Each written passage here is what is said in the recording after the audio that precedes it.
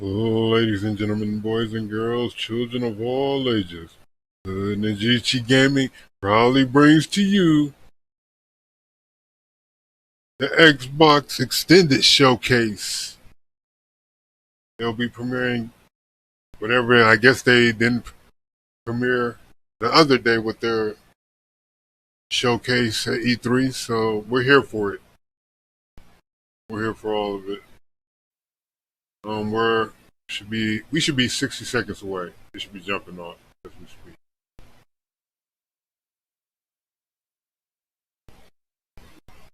Yeah, so as we wait it out, what's up, Brenda? Welcome. Yeah, we're waiting it out. Hope everybody's enjoying their Thursday. What games are you guys excited about? There's a lot to be excited about, especially if you're an Xbox fan. Oh no, didn't mean to do that.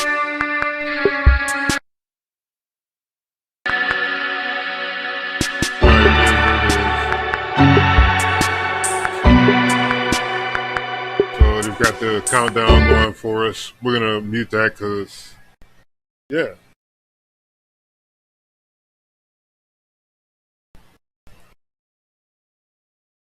I'm curious to see what they're gonna show. At their previous show earlier this week, they showed 30 games, 27 Xbox Game Pass games. 27 games, that's a lot of games. But you gotta think they only showed maybe a third of what they have. You know what I'm saying? Maybe half to a third of what they're working on. They still got studios that haven't announced anything that we all know are working on something. So yes, this show is intriguing. We don't know what they may show.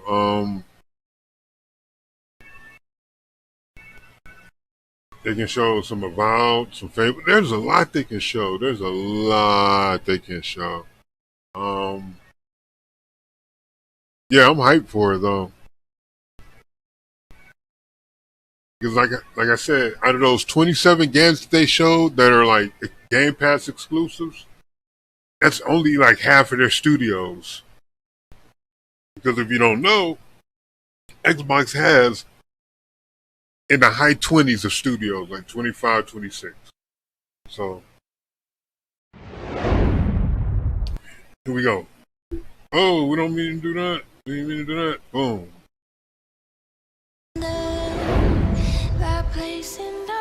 Alright. Boom. We're back. Slip of the finger. Okay.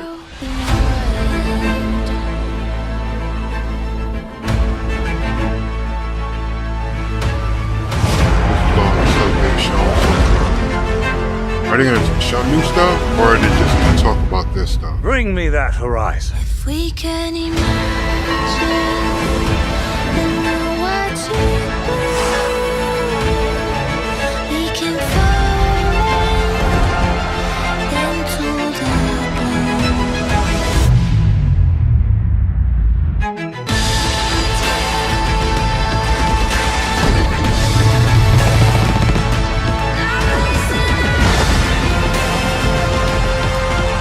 Yeah. It was a good show, man.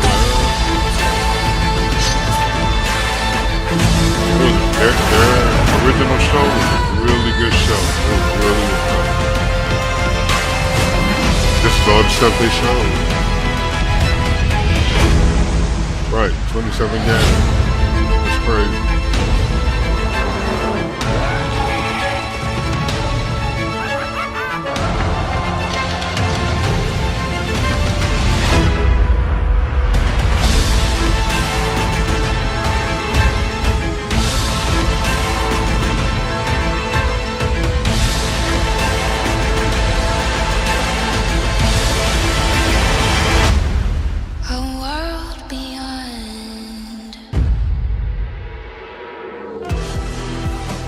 right, Hello, let's see what and you have welcome to for us. Xbox Game Showcase Extended.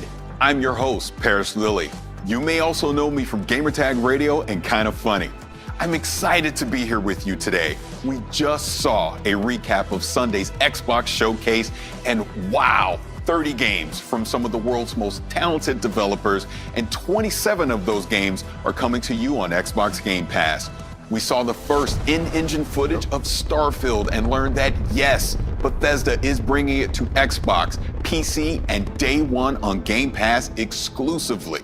They also showed us Battlefield 2042, Sea of Thieves, A Pirate's Life, Stalker 2, Psychonauts 2, and how about Game Pass is a Redfall? beast, Like they man. said, this year, Best subscription Xbox service is all out there about the if you games. if you're gaming. Today, Xbox Game Showcase Extended is our chance to hear from the developers behind the games that are redefining interactive entertainment. Developers like Double Fine, Playground Games, Supergiant, Rare, 343 Industries, and more. We also have a new accessory design program to share with you, and a couple of other cool surprises. That's enough talk. Let's jump right in.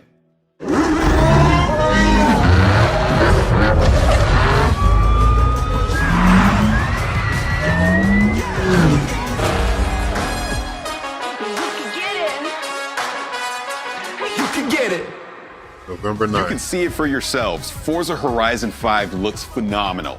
And here with us today, all the way from the UK, is Mike Brown from Playground Games. Mike, thanks so much for joining us. Hey, great to be here. Now, Mike, Forza Horizon has taken driving fans to Colorado, France, Italy, Australia, and the UK. How did you decide on Mexico for Forza Horizon 5?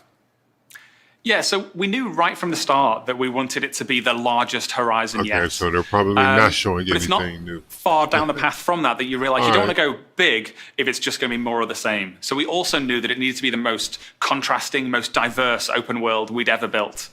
And then when you start to look at Mexico, it really is like the whole world in one country. It's got snowy peaks, tropical jungles, epic canyons, amazing beaches, beautiful architecture, incredible historic cities, but also modern cities as well.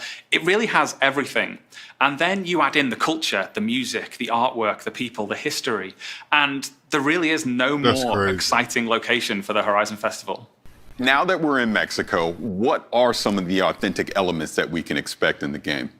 Yeah, What was totally. crazy So was when they we've were got the showing largest stuff, and most diverse and you would world think it we've was ever a built. And as I picture, mentioned then just a it'll jump moment right ago, into the game, something that like, really excited us oh! about Mexico is the culture. So we've worked with creatives from all across Mexico. We've had Mexican artists produce beautiful mural artwork that you'll find on the walls around the game. We've worked with Mexican music acts to produce original compositions for the game. We've worked with Mexican scriptwriters and actors so that all of those Mexican voices you hear in the game will sound really authentic. And perhaps not as obvious, but the other thing that is super authentic is all of our light data and skies. So we had a team out in Mexico with our 12K HDR sky capture rig. We captured more than 400 hours of sky data, and then we recreate that in game. So all of the light, the shadows, the color information, all of it is recreated in game based on real light data captured from Mexico. So everything you're seeing there is just has that real authenticity, that feeling of reality. They Now, we got a collected peek light at Event data. Lab. Now, what can you tell us about that? Man, Yeah, so Event Lab that's is a meticulous. really That's exciting crazy. new suite of tools that will allow people in the community to create whatever they can imagine, really. If we look at the video right now, all of this that we see has been built using that Event Lab tool set. The bowling pins that have been placed, so someone's gone along, they've placed those, and then they've created rules that touch on them as well. So as we see, every time they're hitting them, a rule has been set up such that it gives players points. And then also in that clip, you can see that everyone else in that multiplayer session is hitting bowling pins as well, and all of that is adding into a collective team score. The rules could have easily been set up so that it wasn't a team score, that it was competitive. All of that creative freedom is open to players. It's as a game designer, I think it's the feature that I'm most excited about in Forza Horizon 5.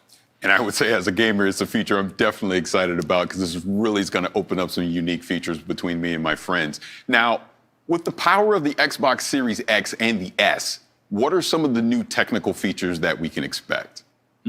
So in Forza Vista, we're really able to turn up everything, ramp everything on, turn on ray tracing, and we have the cars looking more realistic than they ever have before, unparalleled detail. But that detail, it does apply to the rest of the world as well. During the Xbox E3 showcase the other day, I mentioned we'd modeled the detail on everything, right down to the individual needles on the Cholla cactus.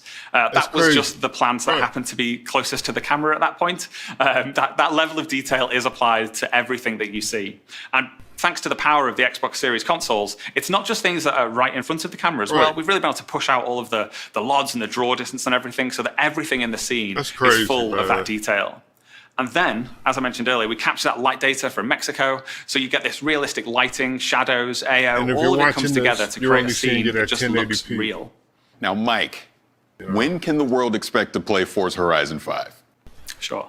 So we're launching this holiday on the Xbox Series consoles, the Xbox One consoles. We're on PC, on both the Windows 10 Store and Steam. Of course, we're in Game Pass and Game Pass Ultimate. And you can play us on your Android device with Xbox Cloud Gaming. And players who purchase the Premium Edition, or if they're a Game Pass subscriber and get the Premium Add-ons bundle, you'll get early access as well. So you'll be able to play a little bit earlier than everybody else. Now, Mike, this was a huge moment for you and the team. What does this mean to you? Yeah, well, for me personally, I mean, I've been working on the Forza franchise for a really, really long time, but this is my first game as creative director. So in this period over the last few days and week or so, as people are seeing it for the first time, for me, it's probably been one of the most exciting experiences of my life. It's been absolutely incredible. Again, Mike, thank you so much for being here. Thank you so much for having me. It's been a pleasure. Later in the show, we'll be hearing from the developers behind games like Age of Empires 4, Shredders, and Grounded. But first, the team at Ninja Theory has something to share with you. Here's Tamim, Chief Creative Ninja, to explain what they've been hard at work on for Hellblade 2. Hello everyone, and welcome to our brand spanking new Ninja House in Cambridge. We didn't hear anything I about wanted to give this. you an update on the work so far for Senua's Saga Hellblade 2.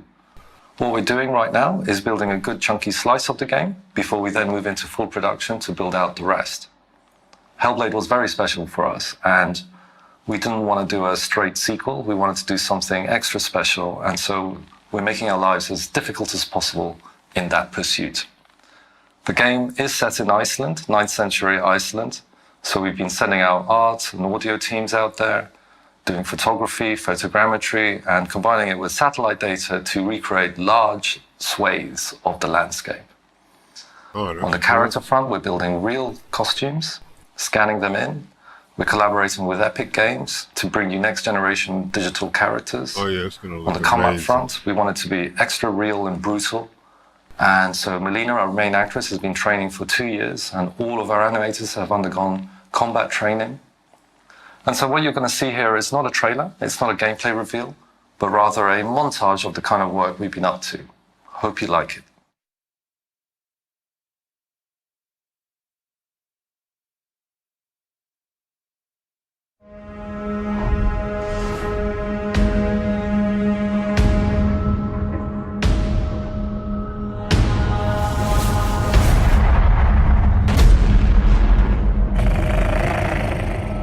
Will you follow me on this journey? By sea, by land, and dreams, through the valleys of despair, over the mountains of rage, to the depth of fear in my mind. Alright, they're showing us You might settings see me as weak, that they recorded that they used but in I real will life. show you what lies behind showing- my eyes. Just some With our swords, We will forge Right, new motion capture stories session. to strike the gods that haunt us. We will embrace our suffering, soothe our scars of grief, and break their siege of our minds. They may see them as gods, but we will show them what lies behind our eyes. Gá er í á fjalli, undis njóta.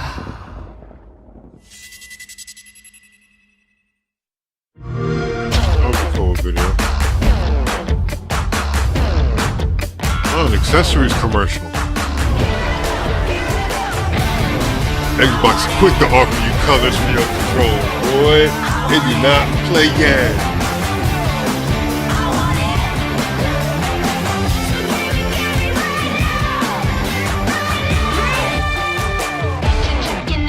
Man, okay. Yeah, all right, sweet. You can customize it the way you want it. I forgot about that. Why haven't I been using that? Right, why haven't I been using that? That's because I run through controllers so fast. Man, I go through controllers quick. I'm already on my second next gen controller. Is Xbox Design Lab. And I'm here a to tell beast. us more about Xbox I Design get Lab it in. is Naveen Kumar. Naveen, thank you so much for joining us. Thanks, Paris. So, what is Xbox Design Lab? Design Lab is a controller customization service on Xbox.com where you can choose nearly any color combination you want for your controller and really make it yours. You can design a controller based off your favorite video game character, your favorite sports team, or whatever inspires you. And you can think of Design Lab as your own personal design studio. Now, we've originally launched Design Lab 5 years ago and have since sold millions of controllers to fans around the world. But then we had to take a pause as we brought up our latest generation of Xbox hardware. But now we're back offering customization on the latest generation Xbox wireless controller. Now, we have so many awesome controllers here right now. Can you kind of talk a little bit about them? Yeah, well, right off the bat, you can see there's tons of color options to choose from. For most of the parts on the controller, you can choose among 18 different colors for all the different pieces on the exterior.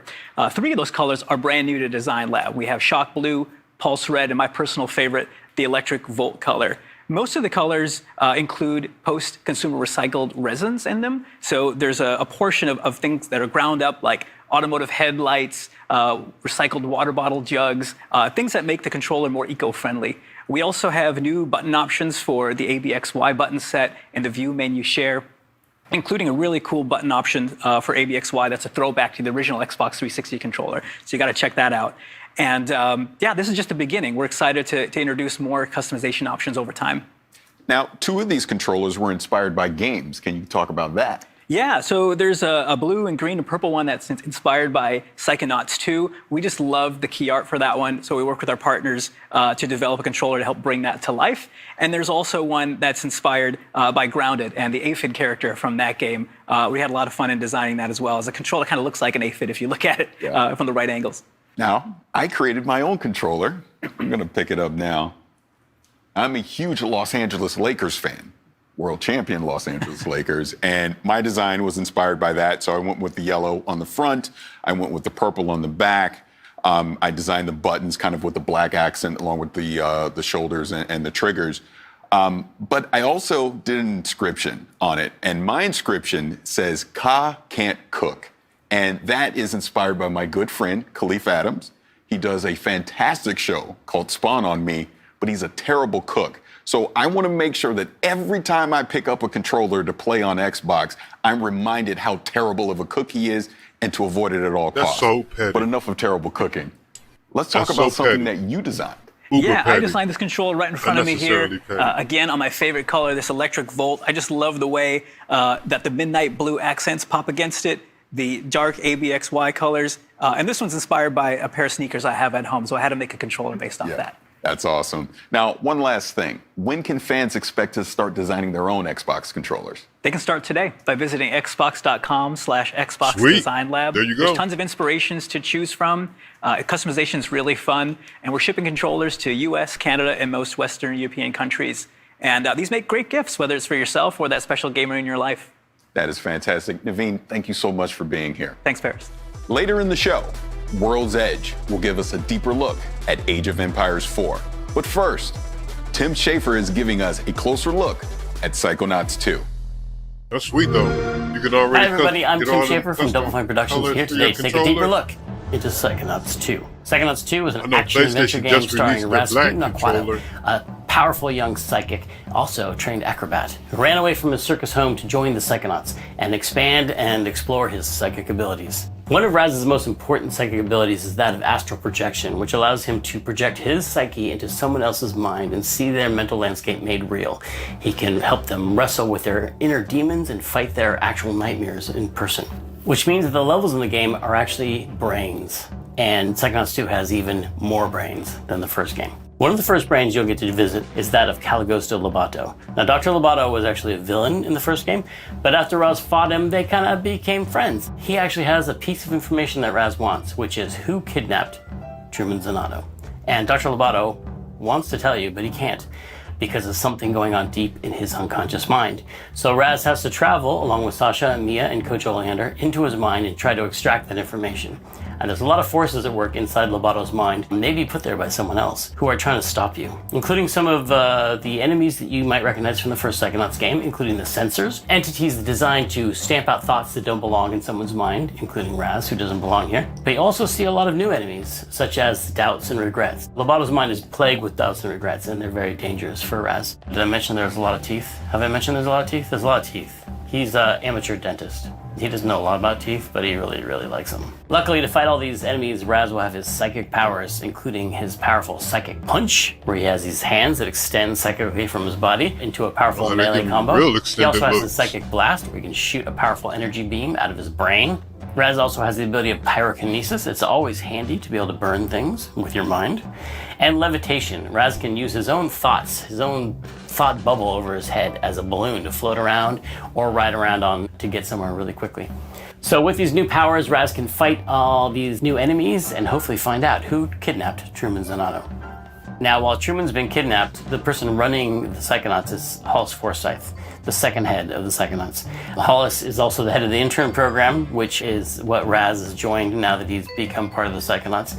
And he is invited into Hollis's brain for instruction. Hollis is teaching him a new psychic ability called mental connection, where you can see two thoughts in someone's mind and connect them, sometimes creating new thoughts, making new things happen. While Raz is training in mental connection inside of Hollis's mental classroom, he experiments a little too far and accidentally, maybe slightly on purpose, creates a lot of interest in gambling inside of Hollis's mind because he wants to go on the mission to the Lady Electopus Casino.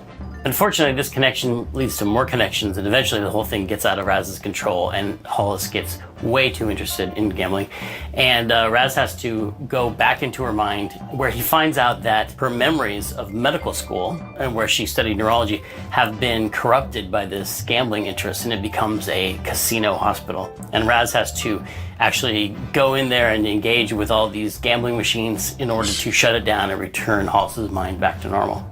And she's gonna be really mad. Inside Hollis's mind, you'll see bigger, tougher sensors that have turned into bouncers inside the casino, and also a new enemy called Bad Idea. Where Bad Ideas spawn actual nasty-looking light bulbs over their head that become dangerously explosive and blow up in Raz's face. Now, headquarters. One of the things that happens in Psychonauts 2 that's most exciting to Raz is that he gets to visit the headquarters of the Psychonauts themselves, which is called the Mother Lobe. This is the center for all Psychonauts activity, and Raz gets to see his old friends Sasha and Mia, who were counselors at summer camp in the first game. He now gets to see where they work. He gets to see their offices, he gets to see their labs, he gets to see their co-workers, other agents in the field, but also he gets to see the admin and maintenance staff as they go about their business and hang out in the cafeteria, and sort of the everyday happenings of what appears to be normal in the Psychonauts world. There are a lot of little hidden pathways and treasures around the base that he can find, side quests and scavenger hunts and things that you might recognize from the first game. There's a lot of characters to meet, a lot of fun things to discover, a lot of secrets about the Psychonauts themselves, and the lore of the founding of the Psychonauts, including the Psychic Six, who were seen on stumps around the campfire in the first game, but now we get to go much deeper into the story of how they played a part in the founding of the Psychonauts, how they were brought together and recruited by Ford Cruller and turned into this amazing international espionage force. One of the things that was so important about the first game was exploring this natural environment around the summer camp, all the little hidden paths and caves where Raz's adventures took place. And so in the second game, we've expanded on that. There's an even bigger natural environment, multiple natural environments around the headquarters that you can explore. There's a quarry outside the Mother Lobe, which is where they dug out these massive deposits of Titanium. Titanium, this psychoreactive mineral that amplifies and changes psychic powers. There's lots of secrets around the quarry, lots of abandoned mines and caves and things things to explore. And next door to the quarry is an abandoned roadside attraction called the Questionable Area, a sort of power vortex of strange happenings, which is also caused by the titanium deposits in the area. Water flows uphill, animals behave strangely. There's caves dedicated to the mystery of the Sasclops, which is a giant one-eyed being that might have existed and might not have. Here in the Questionable Area, Raz's family is camped out, his entire family. As if to embarrass him in front of his new Psychonauts friends, his family has showed up and they want him back in the circus.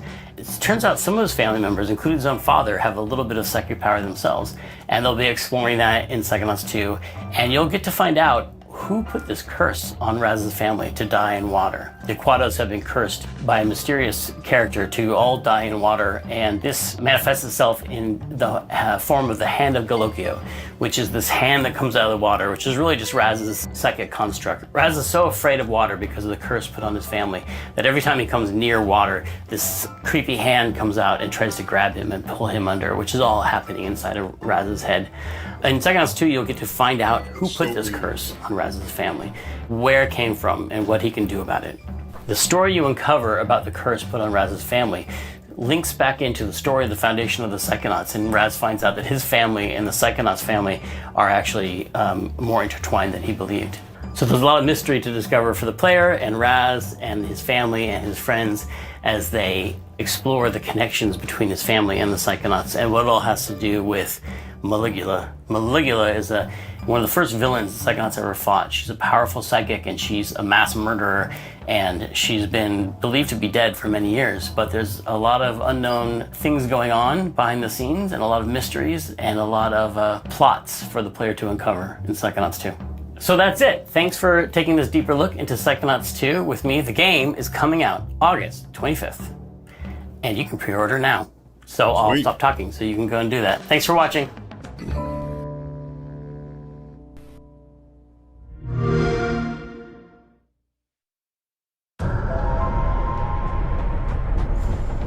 Hello? Nessa! Liu! Lance! Get on! Thanks. No problem. Stick together and let's do this. Is this a disco? This I do not like. I could use some help! Pick your pulse! This is not good. This is not good. What if we open the doors and run? Just run. No stopping, no shooting, just straight to the bridge. Get that flasher!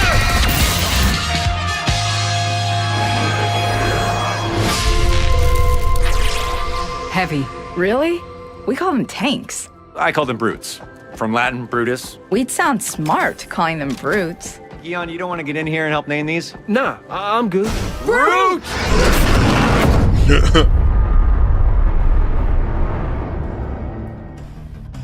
The Anacrusis is looking like a game I didn't realize I needed in my life. And here from Stray Bombay to tell us more about the Anacrusis is Chet Felicek. Chet, thank you for being here. Oh, thanks for having me. Now, talk to me about this game, the Anacrusis. What's the concept? How did you come up with this? So I grew up with late 60s, early 70s sci-fi. I love that stuff, right? Logan's Run, Yes. Battlestar Galactica, Space 1999. That wasn't cheesy to me or campy. That was just the way sci-fi was. And so we wanted to set a game in that world, right? We have those cool colors, cool shapes, fantastical sci-fi weapons and creatures. And then it also lends itself to, we wanted something that was positive about the players, the characters, you're working together. Sure, there's aliens. Sure, you're fighting them. Sure, you're trying to save Earth. But you're doing it in a positive, uplifting way. Yeah, after the pandemic, I don't think I could go back to a dreary, post-apocalyptic world. I need something uplifting, and so we wanted to deliver that. That's awesome. Now, talk to me about the gameplay. You've said that there's an infinite replayability to this, so how does that factor in? Yeah, so there's 4-player co-op. You're playing with your friends, and what we want to do is make sure that it's different every time you're playing it. And so we have a lot of different systems that do that, but underneath it all is the idea of the AI driver. The AI driver is driving everything that's happening in the game with items, where they're placed, what's happening with the creatures, what's happening with your health kits, your perks. All of those systems are driven off of that. And so what that means is, as you're playing, not only do you have those hey, this last time we played this, there was nothing here, and this time we're being overwhelmed. Yeah. And then you also have those peaks and valleys so that you have some downtime and then you have some really big uptime in it, or a lot of combat happening in it. We're also monitoring how the people are playing. So if you're first time playing and your team isn't doing very well, we'll put health kits right on the main path for you to find. And then if you don't find them at first, we'll spawn a couple more later. But if you're really good, if you're really killing it, well, we might not put anything on the main path. And so if you want to go find your perks or if you want to go find new weapons, you have to go off that main path and go search for that. And it makes the game just a little bit harder, but in a way more interesting way than just saying, hey, let's double the health of all the enemies. Right. And then we do something of, we actually look from session to session as well. So if you play with the same 3 friends every week, and you guys have been killing it for 10 weeks in a row, well, let's mix it up for you. Let's just throw something crazy at you that you've never seen before and a million aliens. And we can do that because normally when you do difficulty, you've got to be here because you don't know what happened before or after. But here, we have these really big peaks and valleys, so we can bring you to nothing for a little bit and then have it go crazy.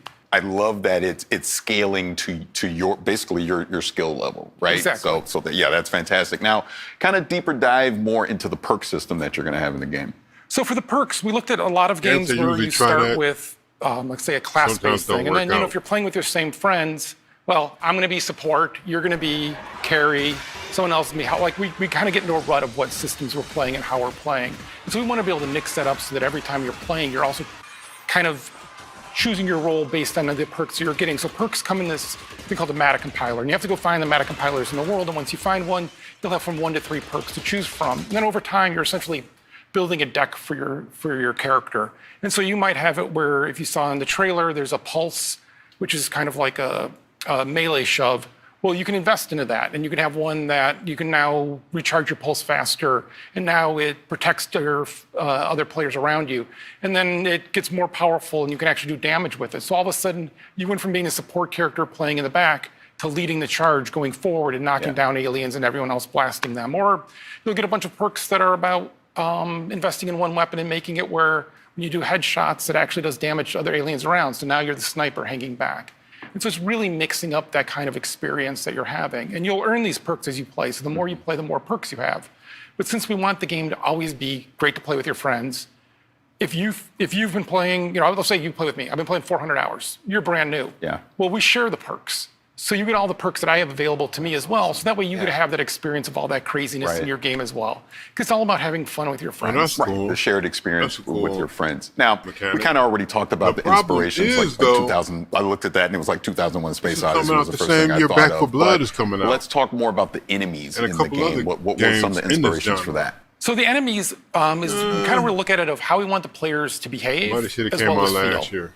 And so we bring in outside playtesters every week. They play our game, we watch them, and what we'd see is really good teams would stick together really tightly. And even if we send something like the Brute at them that spreads them apart, they'd quickly form back together. So we created something called the Spawner. Yeah. And this is just a good example of kind of how we approach the design. The Spawner, you hear off in the distance, and you'll hear it, and you know what it's doing. It's spawning things. It spawns these little turrets that come at you. They're not the worst thing, but they're going to be unrelenting until you kill the Spawner. And so you'll be sticking with your team, and you'll be like, oh, wait a minute. If the Spawner comes now, and this turrets come, and we've got a guy down, we've got to go over there, I'm not sticking with my team. I'm going to go hunt that thing down. I'm going to go kill it. So you go run off, you kill it, you're feeling good about it, and all of a sudden you realize, wait, where are my teammates? I'm all alone. There's other specials here. Oh, I'm in trouble. And it's trying to create those kind of moments where it's mixing it up, where you always want to have it where it kind of almost takes turns of one player's the last one surviving, they're the last one up, and they're helping everybody else up and get it going. And so really looking at having those enemies give you those moments for how it affects the players. Bonus question for you. That sounds like what it does sucks. Anacrusis actually mean? So anacrusis is a musical term. It means the notes before the song, the little kind of intro. And for this, we have a character, Boris, that you never meet. And all the players just talk about it because I thought it was fun to have this character that you never really are sure who they are because it's everyone else describing it. And she named the barge that you're on, that you're launching these missions, the Anacrusis.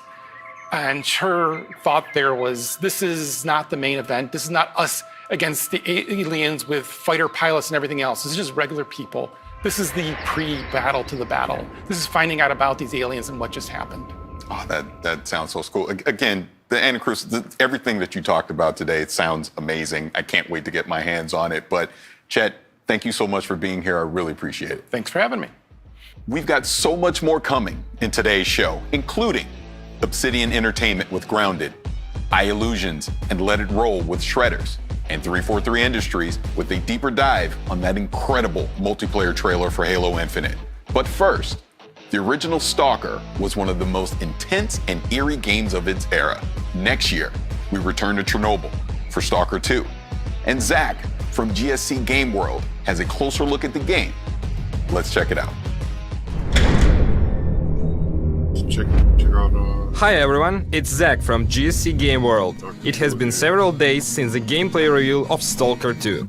Our game now has a subtitle, Heart of Chernobyl, and a release date of April 28, 2022. By the way, the pre-orders are opened for both PC and Xbox. You're obviously here willing to learn more, so here are several details about Stalker 2, Heart of Chernobyl you probably didn't know yet. So let's dive a little bit deeper in our trailer. This section of the trailer is a bandit's gunfight on the chemical plant. You can see the actual in-game animations of picking up the weapons and installing modifications on the go. The thing is, you can notice the teaser of a new faction. We are not showing the exact moment right now because we wonder if you can discover it yourself. You may actually recognize the exact location on the swamps. If you played Stalker Clear Sky, you may remember this place. The time did the job, but the tower is definitely still there. Also in this scene, you can see a brand new detector Skiff is using for the artifact hunt. Because of its form, it's called Gilka, which actually means a branch in the Ukrainian.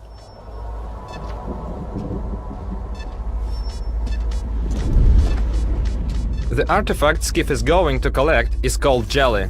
In-game, it recovers your stamina. Moving to the Dancing Man scene. Before you ask it, yes, there will be a lot of characters with an interesting fate in the zone. The fact that it's on Game His Pass, hideout is located in Chernobyl too. That's a town not so far from Pripyat you have seen in the gameplay teaser. I can just play games. And if it's Beast game, I can buy it. Boom, done and done. Это культура. And it's usually at a Ты discount. одно и то же по кругу лобаешь. Сам же просто. The campfires. A small isle of safety in the unwelcoming zone. A place where you can finally have a little rest before another foray. You have seen the campfire during the first trailer in the Rookie village. Of course, it wasn't the only one. The zone is full of dangers and mutants. The monsters are the result of the numerous experiments. We're not ready to show you all of them, so let's stick to the old good Bloodsucker for now. Считаешь, я не думал, как обойтись без его смерти? Она не могла быть свободна, пока он жил. Зато теперь посмотри на нее. Нет, Скиф, я не отдам ее никому. Зона дала мне жизнь, новую жизнь, жизнь, которую я готов вернуть, если потребуется. Я буду защищать ее. Всегда. In this rooftop scene, we are truly proud with the quality of the animations. We made a small behind-the-scenes video from our motion capture studio. The face photogrammetry process makes the final result as close to the reality as possible. Она не могла быть свободна, пока он жил. Я буду защищать ее. Всегда. The Gauss gun you're seeing in this section is one of the most powerful weapons from the arsenal.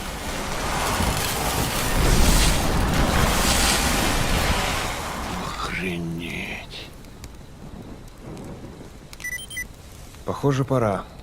И куда ты теперь? В Припять. Moving to the final thing for today, the man at the end of the trailer is Sergei Grigorovich, the creator of the Stalker series. Удачной охоты, Сталкер. Thanks for joining That's us today. awesome. We can't wait for the moment when the time comes to enter the zone on April 28, 2022. As you just saw, Stalker 2 is shaping up to be something special, and I can't wait to play it next year when it comes to Xbox, PC, and Game Pass on day one. On Sunday, we saw the trailer for A Plague Tale Requiem, the sequel to the award-winning A Plague Tale Innocence. And for those of you who are fans of the original, we've got some good news for you too. Amicia, I want to see Mommy. Where is he?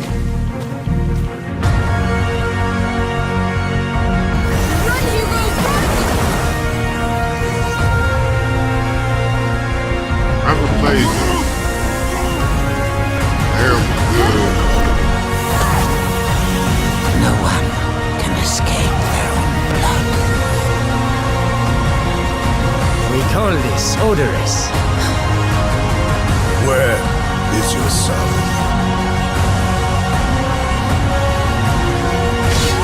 You have come to challenge me?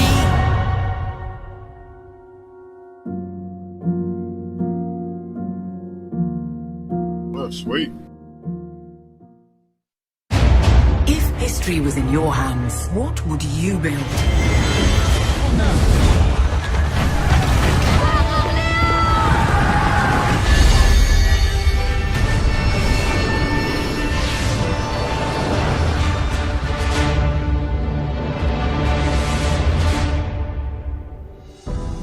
The king is back. And here to tell us more about Age of Empires 4 are Adam Icegreen and Emma Bridle from World's Edge. Thank you both for being here. Thanks for having us on, Paris. Oh, absolutely. my legacy Age player. I'm excited for this. Now, you had some news at the briefing. Can you kind of talk about that a little more? Well, I mean, fans got to have their first looks at two more of our launch civilizations, the Abbasid Dynasty and the French. Yes. And they bring a lot to the table, totally different ways to play. But I'm really excited to show them those. And then also, people got to see their first taste of naval gameplay, which we haven't shown off at all, except for a little teaser at the end of fan preview. Paying off that tease. And we also revealed one more of our campaigns, the 100 Years' War, and Joan of Arc made an appearance. We also announced that the game is coming October 28th, and it's coming to Windows Store, Steam, and of course, Game Pass for PC. Now, earlier you mentioned the two civilizations, the Abbasid Dynasty and the French. Can you kind of go into detail about that? Sure. Yeah, I guess I'll start. The Abbasid. So the Abbasid Dynasty is this amazing technological powerhouse of a civilization that has a really unique mechanic that we're bringing to them in Age of Empires 4. It's actually unique across all the civs that are in the game, in that they construct this bastion of knowledge called the House of Wisdom, and they can keep upgrading it with different wings, and that gives them a host of incredible technologies that leverage their army, their economy, their resources. But beyond even that, they have an incredible amount of fun units, especially camels. Unique to the civs again, the launch civs for Age of Empires 4 is camel units. And these camels have amazing abilities to buff the other units in their armies. And so you have these wonderful diverse mixes where you always want to be throwing different units together, but always including camels for the different kinds of buffs and advantages you can give to your civilization. It's great. And the French are really, really strong with trade. They've got some great options that are going to make your late game really, really interesting. They have a landmark called the House of Commerce. And for your units, you're going to really want to focus on knights and lancers. Those are your powerhouses. But the French actually made an appearance in the trailer as part of the 100 Years' War campaign.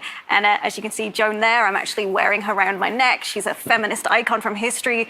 This young woman who led with her convictions and led a battle. And she was a teenager. And so she's beloved. She's in Age 2 in a campaign, and so we know Age fans are going to love seeing her again. And the 100 Years' War, with the multiple missions, like the Battle of the 30, are really going to bring that period of history to life. And all the live action footage that you saw in the trailer on Sunday, that's all from within the game. We have these multiple documentaries that will play between the missions to storytell and really bring it to life as you journey through the 100 Years' War. Yeah, taking a completely different approach to how we're telling a story in. Matter of fact, I don't think I've seen any game that does what we're doing in terms of how we're showing the story and how we're getting people involved with history. So it really, super exciting. Really brings it to life. And I've learned things about English history from these documentaries I didn't learn in school. So they're educating as well as moving the game forward. Now, community feedback is always important in any game, but especially in something like Age. Now, how have you taken some of that feedback into development for Age 4? So we formed a community council back in 2017. We wanted our community and our players to have a seat at the table for development. We're making the game for them. So they've been hands-on with the game for a really long time and giving us their honest feedback. And we then take that to the game team and they look at making changes based on what they've told us. So they've influenced things from the look of the UI icons, the influence system that's built into Age 4. They've really, really helped us with their viewpoints make the game better. And one thing they really pushed for actually was naval. Yeah, it's amazing. We actually, if you look at a lot of the data, we see data on all of the Age of Empires games that people play. And naval is one of those things that in Age 2, a lot of people don't use it, which is crazy, right? But if it wasn't there, people would miss it so much. And sometimes we have to ask those hard questions when we're making games, right? We say, like, do we need to do this? And it was something that we felt weird about. I just we went to the got my council PC, with them, so we're like, hey, I haven't really had a chance to get in the Age. Even you guys don't play naval all the time. Like, do we need it? And they're like, yeah, no, we see your point, but you have to have this. Yeah. And just looking it at was great. It was a everything great that's going on, it's reaffirmation. like, And we throw a lot of things like that at our council to make sure that we're making the game that's great for all the different kinds of players that love Age of Empires all over the world. And now we're heading towards launch. Yeah. We're branching out beyond our council. People are going to get hands-on for the first time. So we had a fan preview event back in April, and we looked at the feedback from that and have made changes since then. So, you let us know that you didn't feel like the weapon scaling was quite right. So we've gone ahead and we've improved that. That is fantastic. Now, you actually hit on something that I wanted to jump into because Age has been around for a while. There's been previous games, but you continue to make content for those. So what's some of the news you can share as far as development with some of the legacy Age games? Well, we have a new expansion coming in August for Age 2 Definitive Edition called Dawn of the Dukes. And in that expansion, we're going to be adding 2 more civilizations, the Bohemians and the Poles, and 3 new campaigns for the Lithuanians, the Bohemians, and the Poles. And those are great stories about really cool, brother and sister teams that work together to kind of rise up these empires. And I can't wait for people to get their hands on it. And the great thing is that if you pre-order Age of Empires 4, you get that for free. That's part of the deal for pre-ordering Age 4 on the different platforms. And for Age 3, of course, because we don't want to leave them out either. No. Age 3 Definitive Edition, we're hard at work on an African PDLC with new civilizations and campaigns. Cool. Yeah. And I can't wait to show more, but we're not ready to talk about that one just yet. But if you don't want to miss out, go to ageofempires.com, become an insider. You get little sneak peeks at things we've got coming and chances to get hands-on with content early. Yeah. Now, shifting us back to the present in Age 4, what's some of the things people can expect as we lead up to launch? Well, we've got a bit of an exclusive for you today. So we're going to name our remaining launch civs and our remaining launch campaigns. We're not going to show them just yet. That'll come closer to launch. But our 2 remaining civilizations are the Holy Roman Empire and the Rus. And the names of our 2 remaining campaigns are the Rise of Moscow and the Mongol Empire. All that sounds fantastic. Please. No, I was just going to say I'm so excited. I get all gushing about things like this. You're going to have to wait a little more to get information and see more detail on those civilizations and campaigns, but we've also got a ton of stuff planned. We have a beta that's going to be coming up. So you can go to ageofempires.com to sign up be an insider to get in our beta and get a chance to actually get hands-on with the game. And then, of course, again, we're launching October 28th. Yep. Not long to wait. On Steam, on Windows 10, and on Game Pass for PC. So it should be great any way you want to play. We're just really excited. That is great, and I'm sure Age fans all around the world are really looking forward to that. So, again, Adam, Emma, thank you so much for being here. Thanks for having us on. No, thank you. Massive battles across land, air, and sea have been a hallmark of the Battlefield series from the beginning. In this next video, design director Daniel Berlin will tell us more about what DICE can do when it brings all-out warfare. This is what the people want to see. Incoming fire! This is what we're here for. Battlefield. Oh man. Attention all squads. The thing that would really excite players is the introduction of all this cutting-edge technology that we're just infusing into the sandbox. I think just having the comeback of the helicopter on the battlefield, it just introduces a whole new layer to the sandbox. It just gives players so much more tools that makes it more Battlefield than it's been in a very long time. We really enable our players to be really, really creative with the tools we give them. And that's what Battlefield is kind of all about. Being in a massive, open war setting and being able to say like, hey, there's a problem over there, go solve it. And the players actually choose how they want to solve that problem, and through that process create their own Battlefield moments.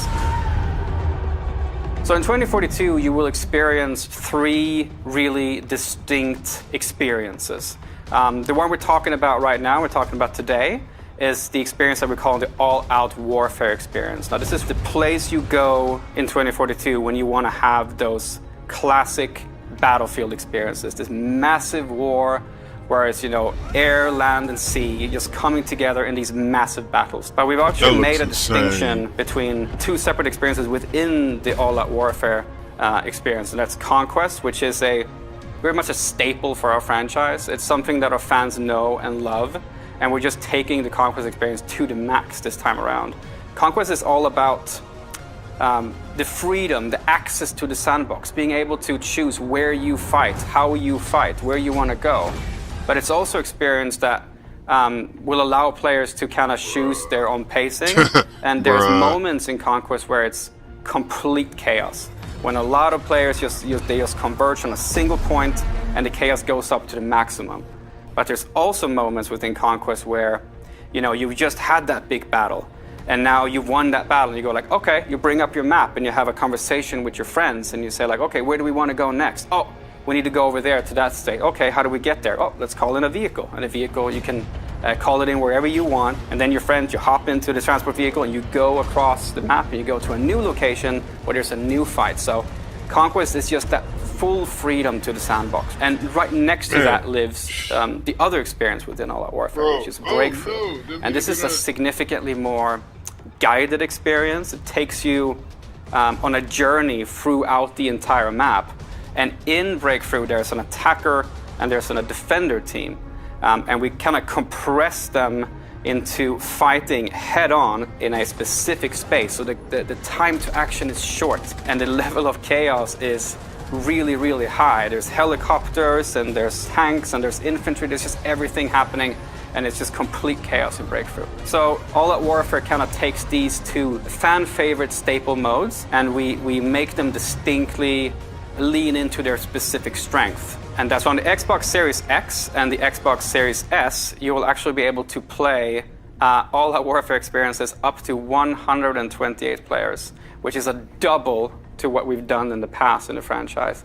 And this is really, you can have those moments when you're playing 2042, when you're sitting in a helicopter and you look down and you just see this, sea of tanks, soldiers, infantry, helicopters, fighter jets just moving in unison, and you kind of get this feeling that you're part of something bigger, like a really, really massive army. And that's the strength of the massive play spaces that we're building. And we're able to really make this play really well. We've altered our way of handling level design.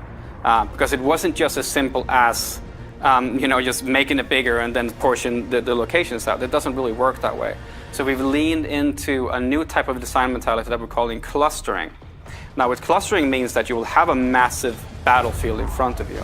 But within this massive battlefield, you'll have particular clusters of objectives. So the map Hourglass is set in Doha, Qatar.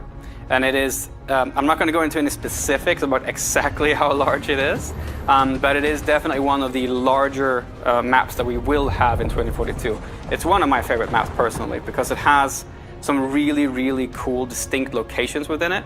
Down to the south of the map, you'll have a fully destructible village. And this is a great space for infantry and vehicles alike, because as a Battlefield player that infantry is skulking around inside the buildings, but when you're in your tank or your attack helicopter, you can just can destroy those buildings and get access to the infantry. And you can go further east and you'll find a bunch of high rises, skyscrapers. And so there's a whole section there where you can enter the skyscrapers, you can go up to the top of them, you can zip line between the roofs, have fights in between the rooftops. But if you want to change it up even more, you can basically skydive off of the skyscrapers. And if you're playing a particular specialist that has access to a wingsuit, you can actually glide across the entire map space and get yourself all the way over to the stadium, which is on the east side of the map. And the stadium itself, it's a place you go when you really want to just take out your shotgun and have some close quarters combat. So the mentality here of building larger maps, but creating locations within that map where there's a particular type of gameplay. And with the Conquest game mode, for example, you will also see the fact that if you want to capture the entirety of the stadium, it's not just to go there and capture one location. You actually have to capture multiple locations within the stadium in order for you to kind of to consider it yours, that your team can actually get benefits from it. So lots of dynamic moments on Hourglass. And if you saw in the gameplay trailer as well, there's a massive wall of sand moving across the entire gameplay space. So what happens when this massive wall comes, of course, it engulfs you in the storm itself. But as it passes by, it leaves the entirety of the map in a different mood, in a different light, and it changes the visibility for the player. And this is a really good time for you to lean into our Plus system, where you have the capability to actually alter the customization on your weapon. But I'd also like to mention, though, that the wall of sand is one thing, right? But there's also the possibility of the tornado.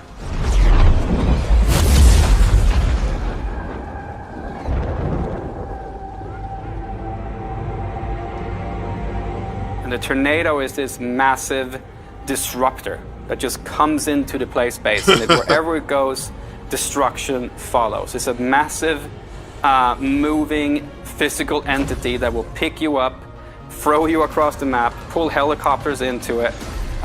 It's just a crazy, fun physics experience that happens as you play the map. So everything is in the hands of the player. This really is a sandbox. And these moments are in the hands of the player. While in other games, the battlefield moments are pre-scripted, in our game, they just happen. And they happen differently every single time because it's players controlling what's happening around you. That's something that you only get in Battlefield. That's why I love Battlefield so much. Man, this Battlefield is gonna be amazing. Epic action at an epic scale is what we all want from Battlefield 2042, and DICE looks poised to deliver.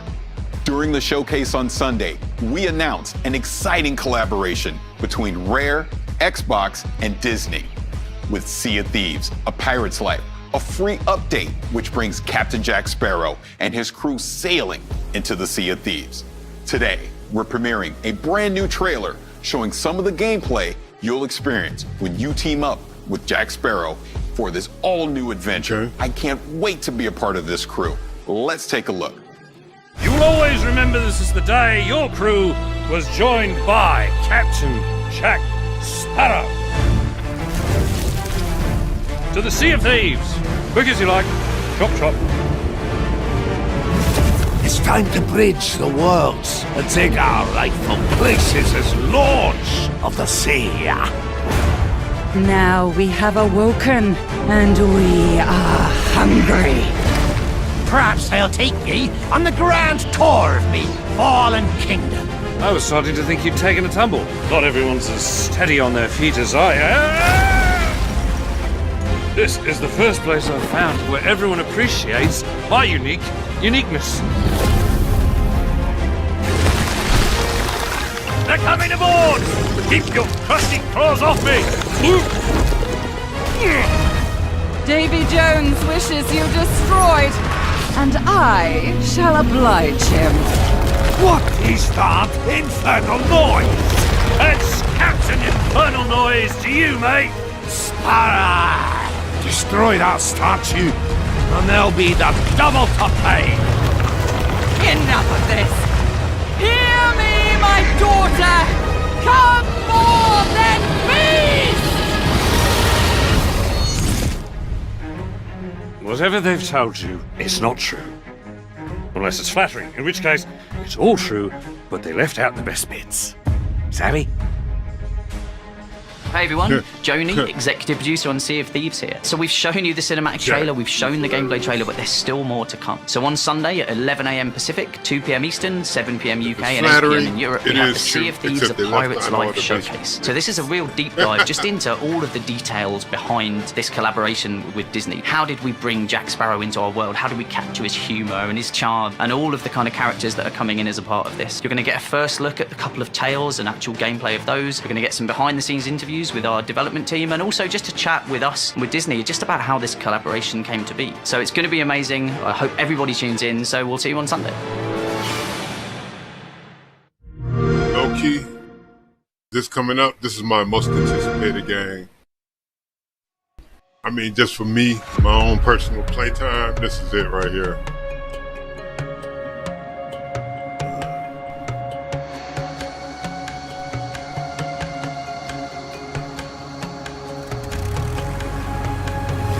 Flight Simulator.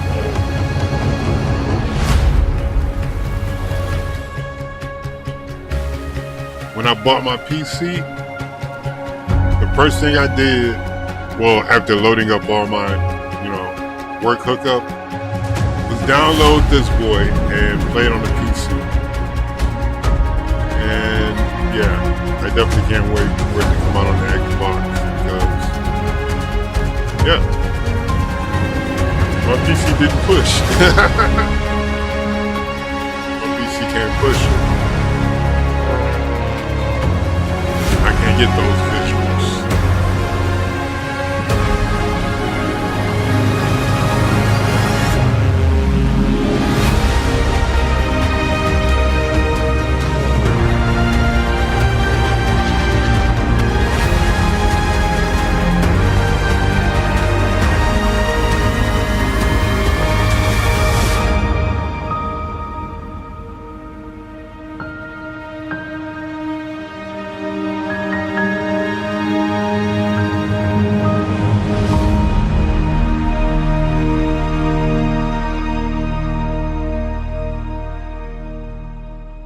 First thing I tried to do was try to figure out how to fly through the Bermuda Triangle.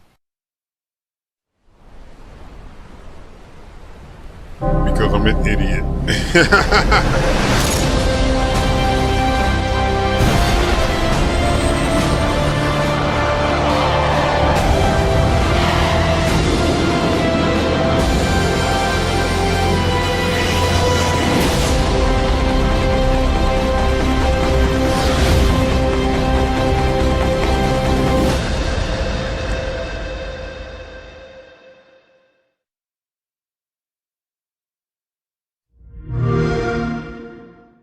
I can't wait. I'm ready for the danger zone. But we'll get to that in just a second. When Microsoft Flight Simulator launched last year on PC, reviewers and gamers alike were blown away by the stunning visuals and the depth of simulation. Joining us is Jorg Newman, the head of Microsoft Flight Simulator. Jorg, thank you for being here. Really appreciate it. Genuinely. Good to meet you. Those are cool glasses. You get you a jacket. Yeah, I got my jacket as well. So you had some announcements this Sunday about Microsoft Flight Simulator. Can you go into that a little bit? Yeah, it was super cool. We announced that Microsoft Flight Simulator is coming to Xbox Series X and S. And the franchise has an awesome history on the PC. It's going back all the way to 1982. It predates Office and Windows. And when we launched last year, it was on the PC only. And it was a really warm welcome from simmers and from press and from people who have never flown flight sim before. Yeah. So we're super excited that it comes to console now. And so for the first time in the history of the franchise. So I've been playing Flight Simulator since last year on PC. I have a 3080, but it is now coming to the Xbox Series X and S. What sorcery are you doing to get this running on both of those consoles? I have to know. I think it's a combination of two things, really. First off, it's a super powerful console. Yes. And then we are really using the Microsoft tech stack in an interesting way. So as you know, Series X and S is like a beast. The GPU is awesome, super powerful CPU with multiple cores, RAM, fast RAM. We can run in 4K. That's super important for planes because you sit there in the cockpit, you need to be able to read all the text. SSD, fast internet. So it's basically the equivalent of a really powerful high-end PC. And on top of that, on Flight Sim, we're using the Microsoft stack a lot. Like we have 2.5 petabyte of data It's 1.6 million CDs sitting on Azure. And we're basically streaming that down as you go. And we also do machine learning algorithms up there, and that is how we build procedurally in runtime 1.5 billion houses and 2 trillion trees. So it's a combination of those two things. Super powerful console, super good use of the Microsoft tech stack. You get it to work on console. That is fantastic. Now, with Xbox Game Pass and with it coming to console, you're going to expose Flight Simulator to a lot of new gamers, right? So what are some of the things that you're going to do to make it more accessible to a wider audience? So you're exactly right. We had a little bit of that last year when we launched, because we knew the flight simmers, that's their hobby. They came in, they know everything about aviation, they know exactly what to do. But we had a lot of people come in through Xbox Game Pass on PC and basically tried for the first time. So even on the PC launch, we did a bunch of work on onboarding with tutorials. We gave some assistances, but now for this Xbox version, we're actually doing a ton more. And I actually brought you a little video. And so there's 5 things we did. The first thing, if you're becoming a pilot, the first thing you do is you do a discovery flight. It's basically, you have a flight instructor next to you. He does most of the work, he or she. And you get to steer the plane and feel really good about yourself, right? And so we said, we need to recreate that. So we picked 10 places on Earth, like some of the most compelling places, like Mount Everest, or Rio de Janeiro, or New York, or the pyramids. And we basically put you in a plane, it's ready to go, it's beautiful weather, and all you need to do is fly and have fun. And it really is an onboarding experience, is super good. And then we noticed on the PC side that people really love to explore the world in Flight Sim. I did that. I've spent like a month in South America, and I've never been to South America, and it was super cool. But it was only visuals.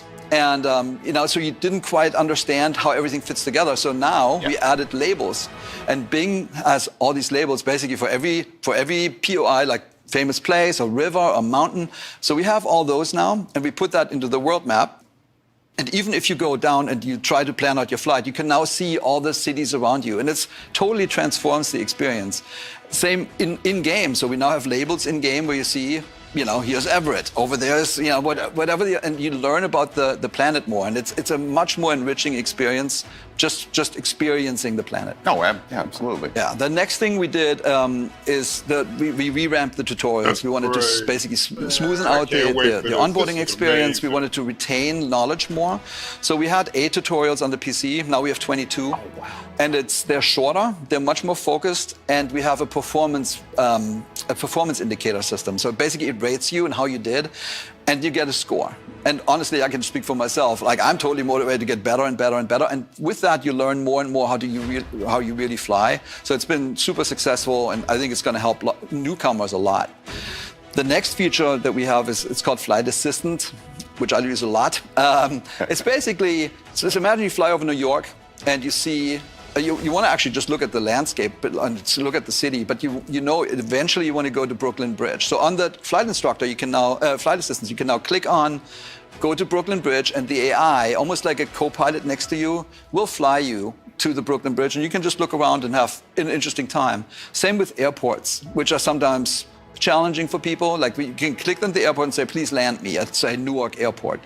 And then the last thing is, if you really get yourself in trouble, like you stall out the plane or something like that, you can actually now click into, you can now go and basically say recover. And it's almost like the pilot is sitting next to you. Super helpful. I think that people will love it. And the last thing was, we learned that everybody is good taking off, but some people are hesitant to land, specifically when you look at like big international airports and they seem scary, and you need to talk to the air traffic controller and all that, super technical. So we added a new feature called Land Anywhere. Just let them land anywhere. And then when you do that, the first thing you see is 71% of the planet is water. Yes. So we added basically floats to a bunch of our planes, and you can land everywhere now in the ocean or in rivers or wherever. Same with snow. So we have skis on our planes now, and so you can go to the polar regions, mountaintops, or when it's winter, because we have winter, when it's snowing, you can now land anywhere. So I think those 5 things in combination will really make it easier for people who have never been in a flight sim, because it's, we made a decision not to dumb down the flight sim. It's not easier. It's not gamified. Right. Like we gave assistances to help you learn how to actually fly a plane. I think we're going to achieve that. I can't wait, dude. One thing on PC is there's a ton of flight accessories that you can use as far as various peripherals and controls. What are you going to be able to bring to the console that can somewhat replicate that experience? Totally, it's a good news story. So there's two really good flight sticks already on the console. It's the Thrustmaster T-Flight HOTAS 1, if you have that. And then there's also the HOTI HOTAS flight stick. Yep. And so we fully support those two. And then we worked with all the main top-notch peripheral makers, both on PC and Xbox. And all I can say is there are going to be some really good announcements coming up. Yeah. And for Core Simmer, I can say you can now play. We have the software to have a full Core Sim experience, and we'll have the hardware on Xbox. All for the first time on a console. It's going to be great. Oh, that's going to be great. Now, we obviously had the funny start with the Top Gun Maverick expansion pack. You announced that. But can you go into a little more detail about that? Yeah, I mean, you can expect. We couldn't be more excited, right? Like, yeah. I mean, it's really like a dream come true. If you think about entertainment and the franchises that celebrate aviation, you will actually come to Microsoft Flight Simulator and Top Gun, and it's a perfect marriage. So I can't say that much about it because the movie obviously is, keeps everything under wraps. But if you watch the trailer carefully, you saw there's some F/A-18s, and there's an aircraft carrier. There might be another plane. And then I can say is we're going to go fast, like really fast, and we're going to be in the danger zone with this one. That is going to be great. Really looking forward to that. Now, as we wrap this up, there's not much else you can say about the Maverick expansion pack, but what else can people expect from Flight Simulator in the near future? A lot. So ever since launch, we said we're going to launch and have a new update, like a big, meaningful update every single month. And we launched 9 months ago, and we had 9 updates. So we have something that's called World Updates, where we just pick a zone on Earth, like the United States or Japan or like England and Ireland, and we make that really better. Like we get the best possible satellite imagery. We create an elevation map that basically makes the mountains look better. We create 3D cities. Like after launch, we launched London and Paris, and we also make missions. So we celebrate the planet, like with these updates. And we're just going to go around the planet. We're shipping 2 more this year and 6 more next year. And then we also have something called sim updates, simulation updates, where we work with the manufacturers of planes, with the flight sim community out there that knows tons about everything, and also with real-world pilots. And we're basically making the sim better and better. The goal is to make the ultimate sim. Yeah. It's the perfect thing, totally authentic. And then on top of that, you should expect the unexpected. Just like with Maverick, which I don't think people really saw coming, there will be more of that. And I think all I can say is it'll get the gamers and the simmers both their hearts pounding. So keep watching the skies. I'm really that is awesome. This. Now, again, I'm so excited that more people are going to get to play Flight Simulator. Awesome, I've been playing it on PC. I love it. I highly recommend everyone do the flight from LA to Paris. It's really good, very cathartic. But as we get out of here, I want to thank you so much for taking some time to talk about Flight Simulator. Can't wait for that expansion pack. Thank you so much. It was awesome. Thank you. Still to come, we have Grounded, Shredders, and of course, Halo Infinite. But first, one of the best PC games of 2020 was Hades, and it's got a ton of awards to prove it. Here's a closer look at what we can expect from Supergiant Games later this year on Xbox Series X and S. We just announced that Hades, our Game of the Year winning roguelike dungeon crawler, is coming soon to Xbox, and I want to introduce you to some of the gods, ghosts, and monsters you'll meet in our rendition of the ancient Greek underworld. You don't need any prior interest in Greek myth to get into Hades, but as you play, maybe you'll get to wondering how much of this stuff comes from mythology. The answer is a whole lot. Greek myth is filled with wild, fascinating, often contradictory stories of these larger-than-life characters. The Olympians are a big, complicated family, always bickering and always pushing each other, and their portrayals in classical mythology inspired our portrayals in Hades. Let's start with Hades himself. What is it now? I've a mountain of infernal parchment work. He's often relegated to the role of villain in many modern adaptations of Greek myth, but in classical mythology, he's a complicated guy, and much more principled than some of his brothers or sisters. He's so fascinating, we made a whole game about him. As the god of the dead, Hades has an imposing reputation to live up to, so he even has a monstrous pet in the 3-headed hound of hell, Cerberus.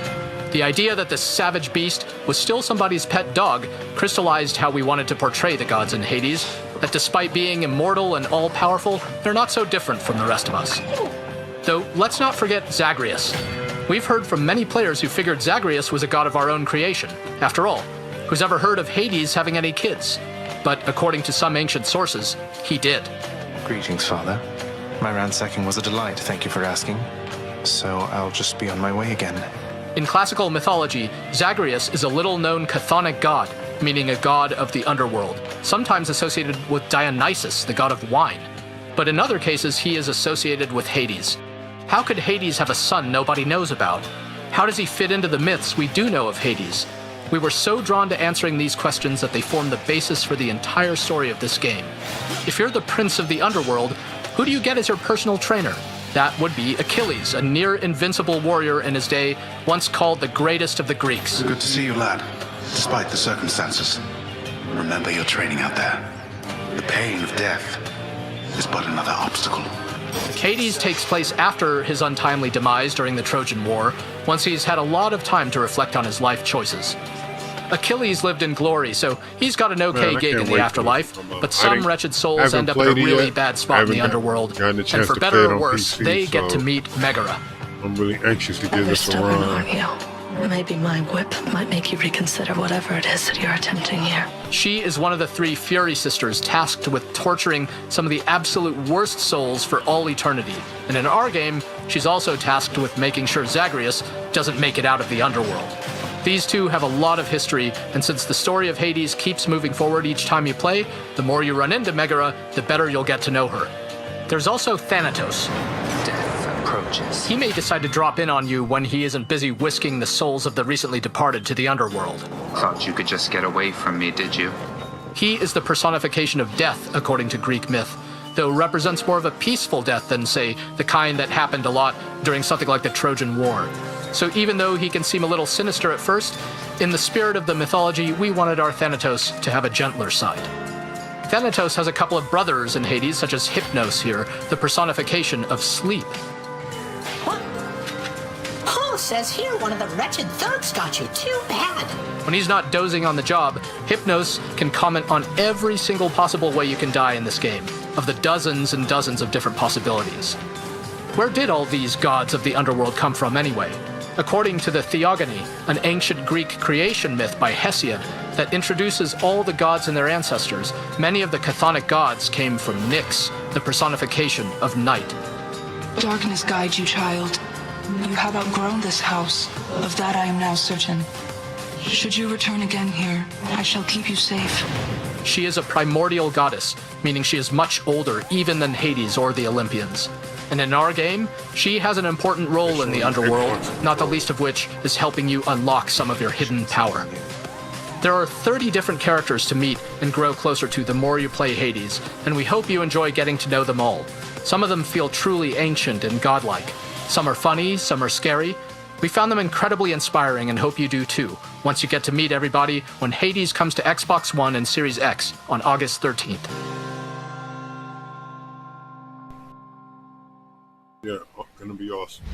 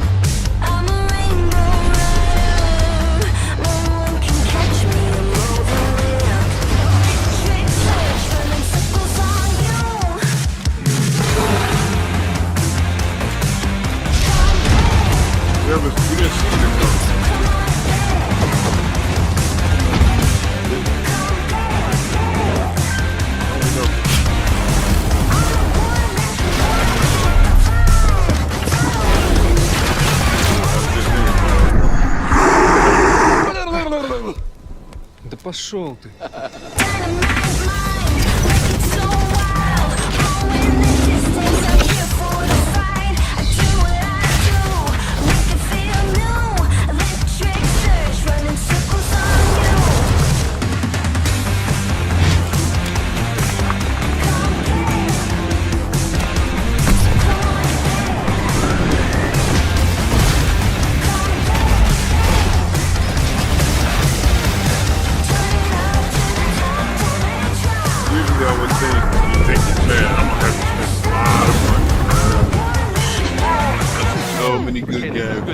This is really good. Holy But then, bluthering whip. like, it's all on Game Pass, so yeah. Money unspent.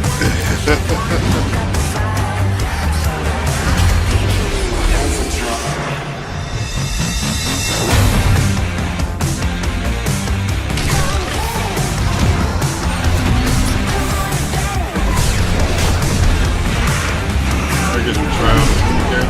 No more.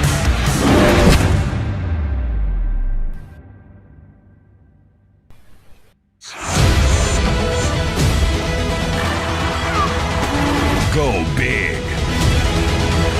Or never go home.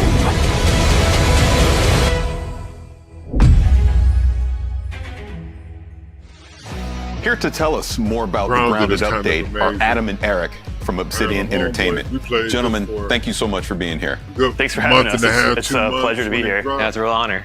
No, absolutely. We built love Grounded, like love everything a that you bunch of guys have bases. been doing We with got it. like Now, a my sky first walkway, question is, so this we ain't gotta mushroom walk on the system, ground. what can you tell me about dude. that? Yeah, so that's one of the big things for the It's Shroom and Doom live. update is mushrooms. We're really changing how the yard is with mushrooms. Every mushroom that you see in the yard is now harvestable, which is really cool. So the small ones, the big ones, the big toadstools, the ones that you find in caves, now those were present in the yard before, but now you can actually harvest them and get mushroom stuff out of them. The next kind of part of that is that we're adding a couple base building elements like mushroom bricks. Yeah. So you have to take all those mushrooms that you find, and then you have to grind them up in a grinder, which is a new building. And then you have to take them to your oven, which is another new building that we're adding, and bake the mushroom stuff into bricks. And then with the mushroom brick buildings, there's a whole host of new options for base builders. Look at that. And it's more fortified walls and a bunch of other options, so you can build a cool big castle. Oh, that's really cool. Oh, that's now, so badass. we saw the Broodmother, so you're bringing bosses so into badass. Grounded. What can you tell me about that? What does that mean for the direction of the game as we move forward? Yeah, so the Broodmother is our first boss. Yeah. So we actually launched with the Broodmother, and we didn't really feel it hit the right mark. So we took the Broodmother out, and we wanted to spend a lot of time making it a really memorable boss fight. So we put a lot of development effort behind the Broodmother, and it's going to really feel like a big, huge fight and a memorable one. There's a lot of kind of cool things with it. I don't want to spoil everything. I want players to kind of experience it for themselves. But it definitely is something that we want players' feedback to see, like, what do they like? What do they not like? How is the challenge? We want to make it really challenging and have a good reward for defeating the Broodmother. But is it too hard? We'd like to know that. So for future development on Grounded, like, we want to make more bosses. And so we want to get all that feedback to improve the system. Now, you actually bring up a great point about community, but I'll put a pin in that and come back to it in a second. So I know you don't want to spoil anything about the Broodmother, but is there any tips you can kind of give people ahead of time on what they can do to survive that encounter? I would definitely say that you would need to make sure you have the highest tier armor and gear up really well for this fight, because it is going to be difficult. And then you also want to have the right mutations equipped as well. And if you're playing with your friends, it might be good for one of your friends or yourself to use the brand new crossbow we're going to put into the game, so you can have some ranged DPS while someone else like face tanks the Broodmother. Yeah. So it's going to be pretty cool. That's pretty cool. So again, going back to community, I know you love getting feedback about Grounded, obviously starting as an early access game, but what are some of the things that you're looking for as far as in this update? What was something that you got feedback-wise from the community that you put in this update? Yeah, so there's it's one thing that we love working with community. So that's something that we, as developers, we love just hearing what people have to say about the game, and we're continually developing it with the community. So there's a lot of new things in our new update. One of those things is flipping buildings, and that's one thing that we're really just adding like those little features. Another one is just sprinting up ladders, which is something that just hearing people how they interact with ladders and adding a sprint mode. The other one is one of our funnier features that we're adding is sitting in chairs. Yeah. So it's something that a lot of people really, really wanted. We're also interested in like the first phase of pets in the game. So we're going to start with aphids. So you'll be able to tame an aphid, run around the yard with the aphid. But you also got to make sure you protect your aphid, because accidents can happen in the backyard. Oh, there's one other thing too, achievements. So we're really excited to announce that we have finally. achievements in Grounded, and that's purely based on everyone's feedback. Everyone's been wanting achievements, and so we're finally adding them to the game. That's really good. Now, again, sticking with this, the topic of community. So this was an early access game, and it sounds like pretty much the foundation of what Grounded is was built off of community feedback. So how does that process work internally for you as far as people submitting, like, hey, I want to sit, I want achievement pets. Like, how does that whole process work? So we have a lot of avenues where we gather feedback from the community. So we do weekly developer streams where chat can ask a bunch of questions when we have Adam on or other developers or myself, and we'll gather feedback and sessions there. And then our main source of feedback is through our official Discord, Grounded the Game. And I use a series of bots to gather a bunch of feedbacks from the players, and then from there, me, Adam, a couple members of the team, and also from the community team get together, and we have a weekly meeting going over all the suggestions and kind of prioritizing what will work and what we can put later in the future for other suggestions. Excellent. Well, gentlemen, thank you so much for taking some time to come talk to me about this new update for Grounded. It looks like a lot of fun. I'm going to get to sit, I guess, right? Yep. So that's great. Thank you so much. Yeah, it's been a lot of fun. It's almost time for a closer look at the multiplayer trailer for Halo Infinite. But first, it's time to see what the snow, the slopes, and the powder spray look like when powered by Xbox Series X and S. All right. This the is snowboarding Shredders. game. Let's check it out. Hey there, and welcome to this stream where you'll get an extra glimpse on our snowboard game that's called Shredders. I'm Dirk van Welden, project lead at Foam Punch. Hello, this is Marcus Foshmo, tech lead on Shredders and Foam Punch. Yeah, you've probably seen our trailer at the Xbox event. We've been tinkering on this game for a while now, and while it's still in development, we're happy to show you more of this game. So I'm switching to our developer drone cam. I can actually spawn wherever I want, instantly. But I first want to show you some of the areas we've been working on. This mountain resort is called Frozen Wood. It's inspired by some of the resorts in the French Alps where I've been snowboarding a lot. It has these cozy parks, side kickers, half pipes, really big rails, a lot of features in there, way more than you would expect in a normal mountain resort. But hey, this is a video game and we want as many features as possible. So yeah, like I said, this is completely open and you can go snowboarding anywhere you'd like. You can do some missions, there's a story evolving around the main character that wants to participate in a kick-ass invitational border cross event.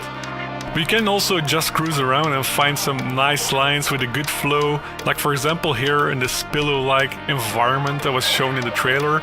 Or you can go up there, take some huge kickers and big rails at the big park. And just look how big this mountain range is. We've got space for industrial areas and street areas, there's backcountry, high mountain riding, there's even an old Italian-looking village you can shred.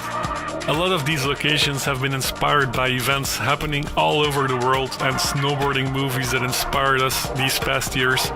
It's kind of a tribute to, in fact. Also, anywhere you go, you can always ride during golden hour due to our real-time lighting engine. But hey, having a fun and realistic environment is nice, but it's not fun without nailing the riding itself, right? Yeah, so for the actual snowboarding, a big inspiration for us all, I think, has been pro riders, snowboard movies, and all the crazy stuff that they do on a snowboard. And of course, ourselves riding in real life and just having fun and being creative on a snowboard. That's something that we want to bring into the game. Conceptually, we're trying to keep the convention of one stick for the board and one stick for the body, and directly map that onto the snowboarder. So at any point you should get a physical or animation response as soon as you're touching those sticks. And it gives you a lot of freedom in your playstyle. So you can choose to be smooth and lazy, or if you are more fast and aggressive, or you can change up your style however you want. You want the motions kept fluid and stylish while still being very reactive. So that's a big challenge, and we had to create a complete animation system dedicated just for this. And And here you can see the board interacting with the snow. He puts some weight into his turn and he really digs in those edges into the snow for a clean carve. Or you can just use the board stick to speed check, to line up for a feature. But you can also use both of the sticks combined for even greater control. Yeah, like here you can see him balancing on the tail of the board. This is called buttering. And from this stance, you can also start tricking just as in normal riding. So for the trick system, we're trying to give as much control as possible to any trick you've seen in a movie or any crazy trick that you can imagine, while still making it looking great. Every grab you can do, you can also tweak it out with the board stick. So for a really big spin, you have to get the timing down in the takeoff. And while you're in there, you keep your body tight, so you keep spinning at that high rate. And then it's just a matter of putting down your feet when it's time to land. When we succeed, it looks very simple and natural. So that is what we're trying to achieve, a really fun snowboard game. That is dope. I like it. A new day is upon us. A new generation built to fight. Together, we are unstoppable. This is what we want to see. This is what we're here for. Hey, fuck it down.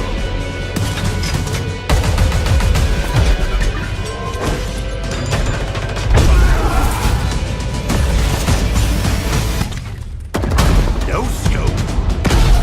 No scope. Shot. Bro. Y'all seen Ricochet off the ceiling? Killing spree. Like he deflected that shot back, knocked the shield off. Stick. Double kill. Hello, let's do some damage. Skewer acquired.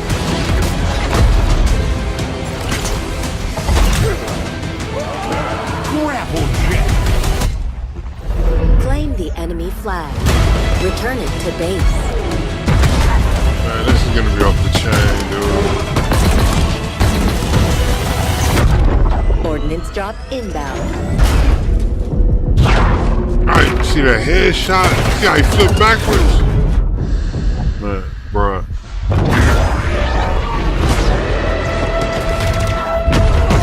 Missed these mechanics.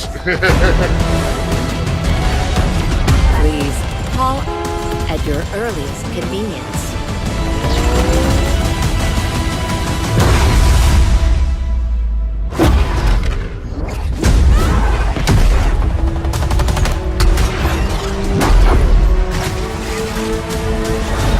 Now, show me what you can do.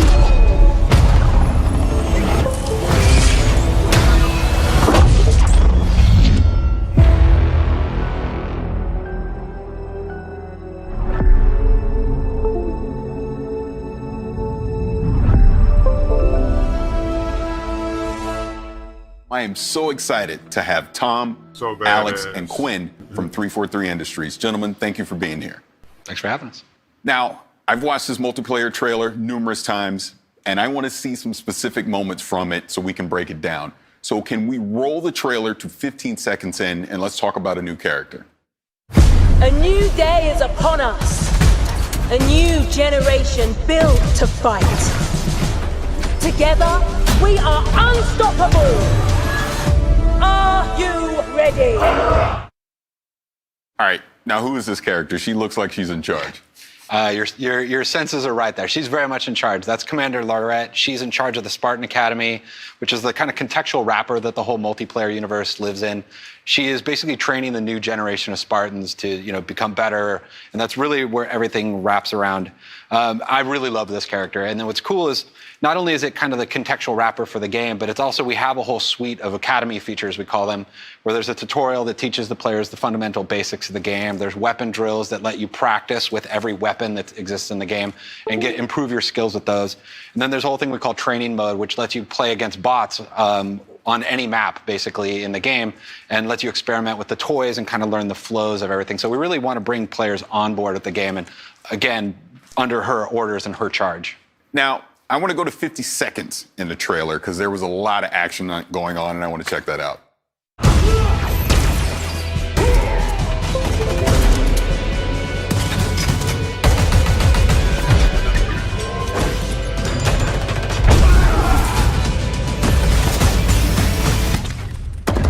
No scope.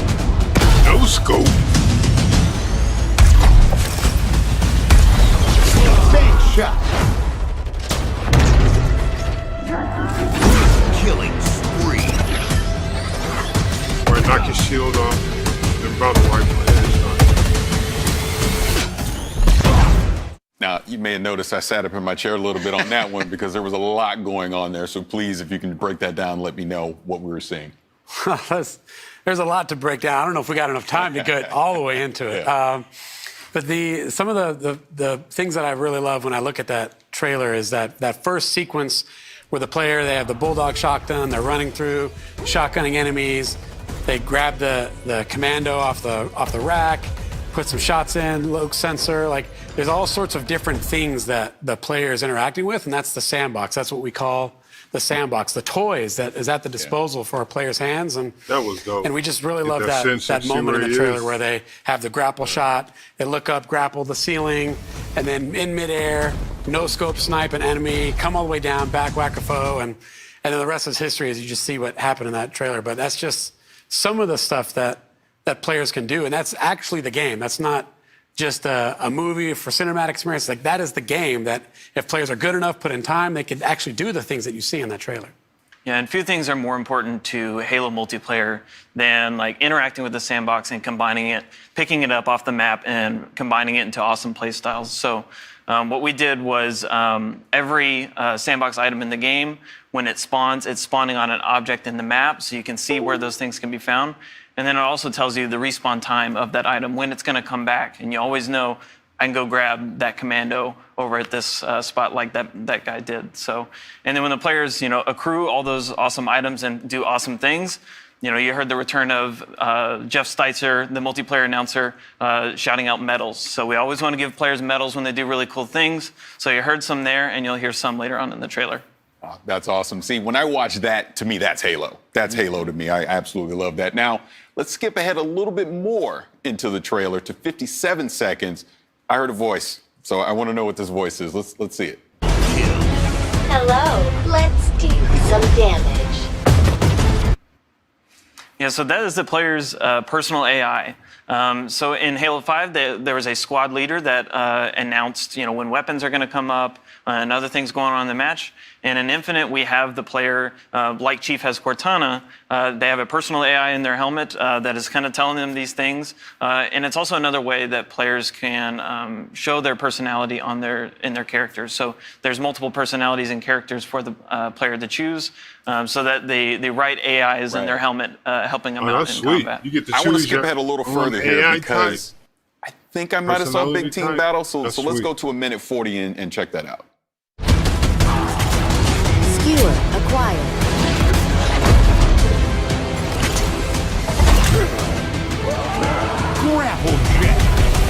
Grapple jack. Claim the enemy flag. Return it to base.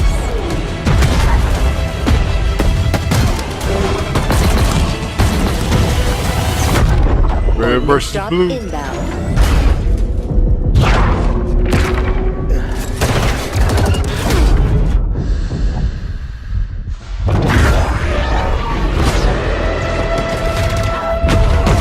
The flag is ours. Please call at your earliest convenience. All right, that's old school. That looked like Big Team Battle to me. What's coming new? What are we going to do in Big Team Battle in Infinite? I mean, it's not even just that. I mean, it actually opens with actually a 4v4 with a vehicles map called Behemoth at the beginning. So we actually are bringing vehicles back into the 4v4 arena. But then, yes, it definitely transitions into the 12v12 actually BTB part of the game, where we're actually making it a bigger team battle this time. Really wanting to index into the battle fantasy with the more players. Where instead of like vehicles just spawning around the map, we have pelicans drop them off. We have ordnance pods that drop in new weapons.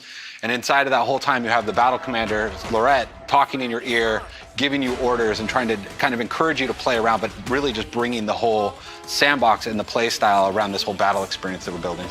Yeah, Tom brings up some good points there of Commander Lorette, and this you've got your commander on the comms, and then you've got the Pelicans dropping vehicles and items off. You got drop pods, everything. It just is like this theater of war that this time around it is this 12v12 bigger team battle, if you will.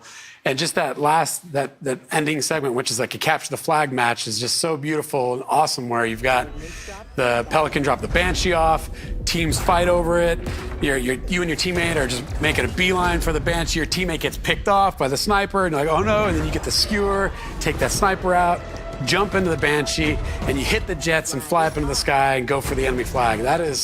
That to us is what is so exciting about this version of Big Team Battle, with all of the toys, all the vehicles, that was Halo, the modes 100%. coming back, the maps, the brand new maps that you see there. Especially with his boy pulling up in the whip. Experience. He jumping in. Trust me, I cannot wait to get my hands on it for myself. That was us back in the day. Let's move on. I want to go to 208 in the trailer because I think I saw a samurai. So let's check that out. Let's go to 208 in the trailer.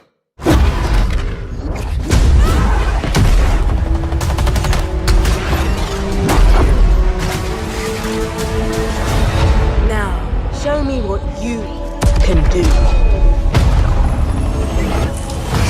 It's like he threw a grenade, launched the sword up, then he caught the sword in the air. This next will be a ninja because that was definitely a samurai. So kind of talk about that. So we're going to start seeing some more customization with the armor coming in. Yeah, I mean, that is a samurai Spartan armor. Yeah. And so it'll be an armor you'll be able to unlock for free in the first season, which is super cool. Players will be able to equip it, gain more armor pieces and customization options for it, et cetera, across the season.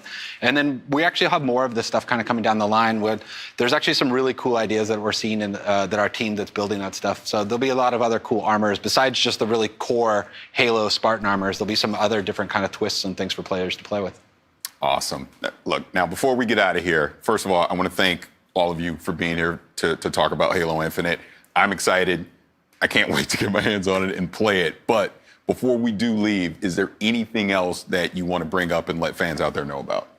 Well, I'm excited for people to actually get their hands on it like yourself. So, I mean, if people sign up on our Halo's Insiders program, we have in the summer, we have a technical preview that we're going to be launching, and so people to finally put their hands on the sticks. And I'm just really excited for players to actually finally get to play the game. Am I going to do that again this time around? around? On launch day, Halo Infinite multiplayer is free to play, which is new to the franchise. The team is super excited to hopefully bring in, all sorts of fans that have potentially never experienced the franchise or haven't played it in a long time to just try it out. Come in and try it out with your friends. Me, with my buddies, if I have some friends out there that haven't played Halo before, I'm like, well, it's free. Just come on. Let's jump in, download it. Let's check it out. And if it's for you, it's for you. If it's not, then hey, it's not. But kind of think it'll be for you. So I'm excited for it. Yeah, that's the other big key of that point is PC, right? Like this is a PC game as well. We've been putting a lot of effort into that. So not only is it going to be console, but also PC, free to play. Like the barrier to entry is so low, and that has us excited. And I think as we really to really think about it, is we've been working on this game, and as developers, when you work on a game, you want to get that game out there, and that almost seems like for us that's the finish line, but in reality, it's going to be the starting line for all of us, for us and the Halo fans. Day one, there's going to be a bunch of content there and things that are exciting and good, but then we're going to add more content. We're going to add more maps. We're going to add more modes and weapons and vehicles, equipment items. And it's just the beginning of this whole journey that we've been on for a while, and we're going to take everyone else with us as the game comes out. I'm excited. Gentlemen, again, thank you so much. Awesome now, for sauce. fans who want to learn even more about Halo Infinite multiplayer, check out the brand new Microsoft deep dive is doing video their thing. with the whole multiplayer team over on HaloWaypoint.com. And allow me to give a big thanks to everyone who's joined us today. Whether you play your favorite games on Xbox, PC, or Game Pass, the next 12 months will be nothing short of spectacular. It has been my absolute honor to be your host and share this experience with you. Cool. But before I go, here's a gameplay deep dive from the team behind the highly anticipated Scarlet Yes, Nexus. I can't wait to play this. I played the demo. Holy crap, man. Those 世界観を表現した世界観が収められたものになっています。で、見た目ビジュアルのこのスカーレットネクサスのビジュアルの特徴だとか、あとはキャラクターの見た目だとか、さまざまなルックスについてこのクリップでは紹介しようと思ってます。はい、この都市はこの世界の中では一番大きな都市というふうに紹介されています。ここはスオという都市で、このゲームの中心になる場所です。で、このスオの都市の見た目のインスピレーションは東京の景色と日本の90年代の景色をイメージしてます。ユニークなビジュアル部分っていうのはいくらかあると思うんですけれど、であと今回はセルシェーディングとリアリスティックな背景を合成するような見た目を選んでいるんですけれど、それはまず密度感を表現したいからというのが一つありました。で、あともう一つはそのセルシェーディングのキャラクターとリアリスティックな映像が混ざることによって、またそこでも異質な見た目、ちょっと面白い見た目にならないかなっていうのも模索しました。で、ただ単にセルシェーディングのキャラクターをリアリスティックな背景に置いてしまうとすごく浮いてしまって見た目が変になってしまうっていうのを懸念してたんですけれど、うまくそこを混ざるように工夫したっていうのが今回の苦労した点の一つではあります。で、例えば今映像の中で東京タワーが映ってると思うんですけれど、これは日本では有名なランドマークで海外の人も見たことがあるかもしれないものと思うんですけど、その東京タワーがものすごく大きなサイズになっていて、でこれは3000m 富士山と同じぐらいサイズがあるんですけど、それだけ大きなもの本当はそんなサイズない333メートルの東京タワーをそれだけ大きくすることによってちょっとおかしい異質な景色みたいのを作りたいっていうのがありました。さっき東京の都市をいろいろと混ぜるみたいな話をしたと思うんですけれど、それというのも僕たちも知ってる街なんだけれどちょっとおかしいみたいなそういった異質さを出したいっていうのがありまして、なので東京タワーも僕たちは知ってるものだけどすごく大きなこんな大きなサイズじゃないんだけど、こういったものがこの街の中にあるってことで何かちょっと変な場所だなっていうふうに思ってほしいっていうのがありました。で、大きな桜の木というのは日本を代表する桜の木なんですけど、それがあまりにも大きなサイズになっていて、これもさっきの東京タワーと同じで異質さを感じてほしいと思ってやっていることです。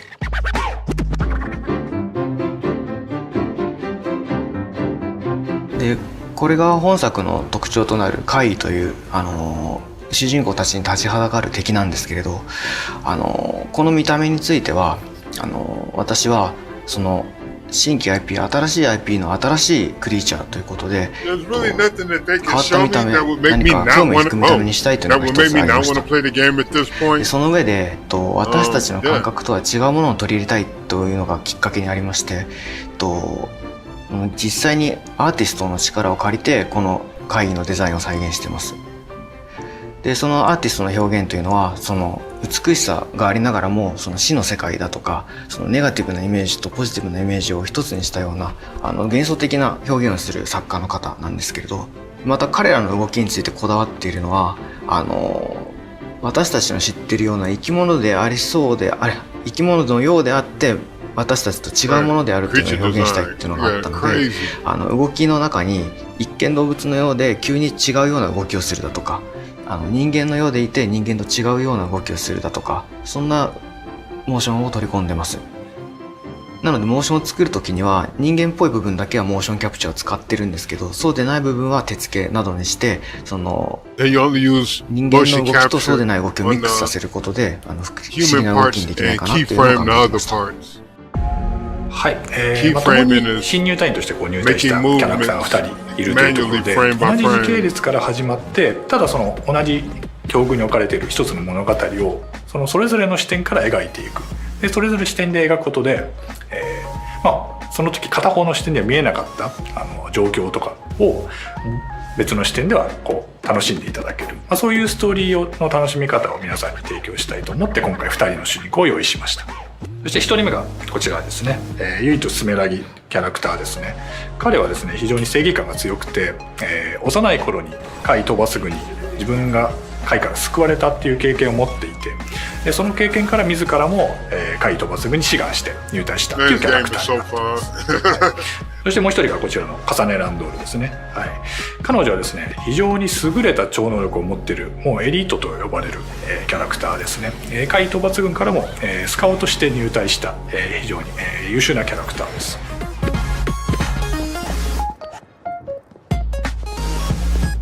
左側がですねこの重ねの視点ですね。で右側がユイトの視点でのイベントシーンになっていきますが、今重ねの視点でご覧いただいた通りちょっとユイトの姿が見えたりとかしています。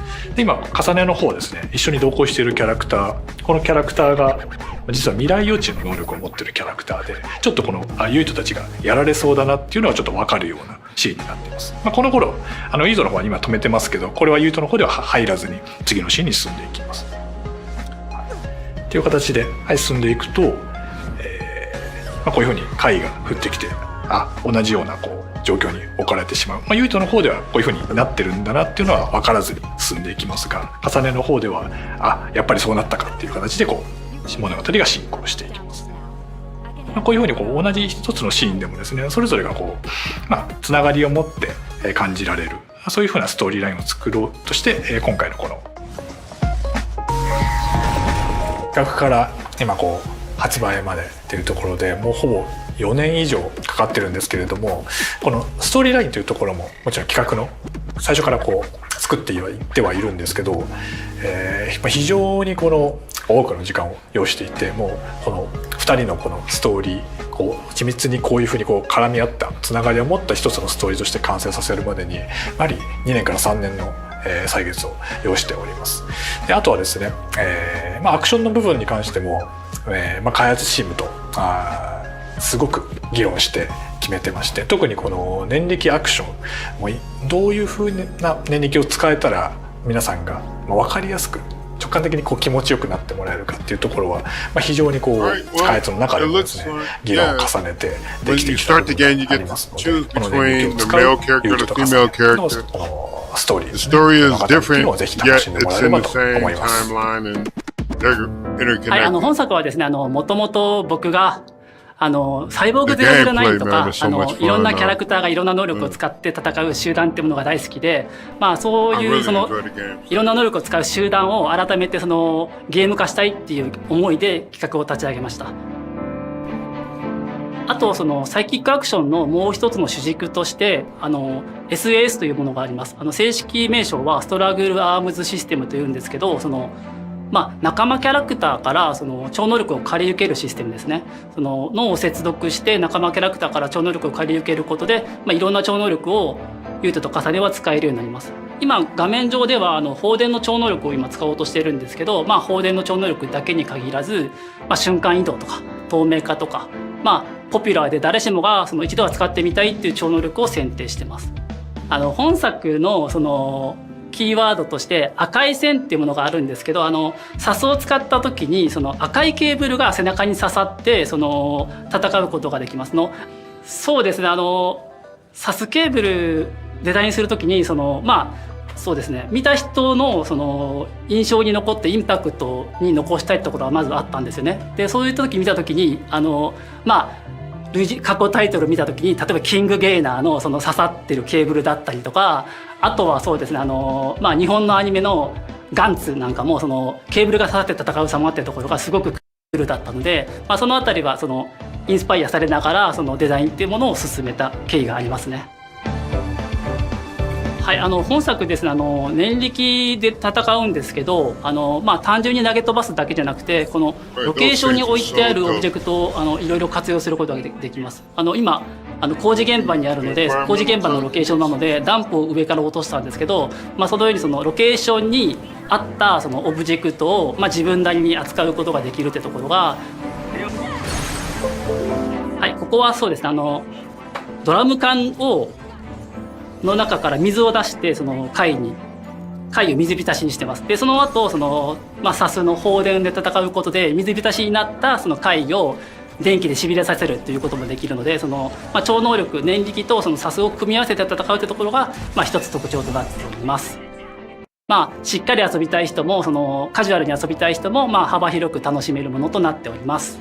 はい、プレイヤーはですねこのようにブレインフィールドっていうね特別な必殺技を使うことができます。これはですね海抜軍が使うことができる近畿の技で非常に強力なんですけど同時に非常に危険な技でもあります。ユートと重ねが展開することでオブジェクトが空間内に浮き上がって念力は使い放題になるんですけど一方で非常に強い負荷が脳にかかってしまいますね。なので自分の言動がちょっとおかしなことを言ってしまったりとかあとは聞こえないなノイズのような幻聴が聞こえたりとかあとはこのように途中で頭抱えて動けなくなったりとかそういうことがあります。で加えてですねこの残り時間の秒数があるんですけどこれが制限時間が過ぎるとゲームオーバーになってしまうっていう非常に危険な技になっております。はい、なんだけど非常に危険な技なんですけどそれをうまく使いこなして戦う自分がかっこいいっていう風な思いをプレイヤーに感じ取ってもらいたいなと思っております。あとブレインフィールド発動したらフードをかぶってたくさんケーブルが刺さった異様な姿になるかなと思うんですけどこれもダークヒーローっぽいかっこよさがすごく危険な超能力を自分が扱って戦ってるってところを感じ取ってもらいたくてこのようなデザインにしています。はい、こちらブレインマップと呼ばれるシステムになりますね。こちらはプレイヤーが成長するスキルツリーとなっております。このようにちょっと脳みその形をデザインしたツリーを意識して作ってます。